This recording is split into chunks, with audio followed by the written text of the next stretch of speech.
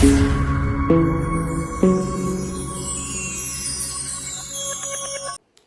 શ્રી સોમનાથ। હું છું જ્યોતિષાચાર્ય દીપેનભાઈ રાવલ। મિત્રો, ગુરુ બૃહસ્પતિદેવ કર્ક રાશિમાં જ્યારે પરિવર્તન કરે છે તો કર્ક રાશિના જાતકો માટે આવનાર સમય કેવો રહેશે, જેના મૂળાક્ષર ડ અને હ છે, તો કર્ક રાશિના જાતકોએ આરોગ્યમાં થોડું ધ્યાન રાખવું।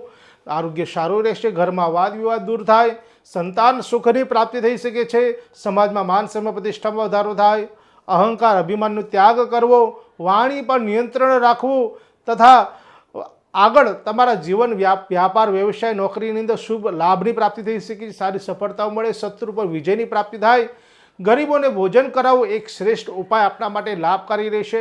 આવનાર સમય શુભકારી બને। મિત્રો, આગળની રાશિ છે સિંહ રાશિ, જેના અક્ષર છે મ અને ટ। સિંહ રાશિના જાતકોએ સમજદારીપૂર્વક ચાલાકીથી કામ કરવું, ધનની બચત કરવી, છેતરપિંડી તમારા જીવનમાં થઈ શકે છે, ધનને લઈને અથવા કોઈપણ કાર્યને લઈને થઈ શકે છે, માટે સાવધાની રાખશો, બહુ વિશ્વાસ મૂકશો નહીં અને તમે તમારા કામ ઉપર મહેનત ઉપર પરિશ્રમ ઉપર ધ્યાન આપજો। આગળ આરોગ્ય બાબતે ધ્યાન રાખવું ખૂબ જરૂરી રહેશે। વિદેશ જવા માટે સારી તક મળે, હરવા ફરવાનો યોગ તમને પ્રાપ્ત થાય, ધનની બચત આપણા માટે લાભની પ્રાપ્તિ કરાવી શકે છે, ગુસ્સાનો ત્યાગ કરવો, સંતાનનો પ્રેમમાં વધારો થાય, સંતાન સુખ તમને મળે।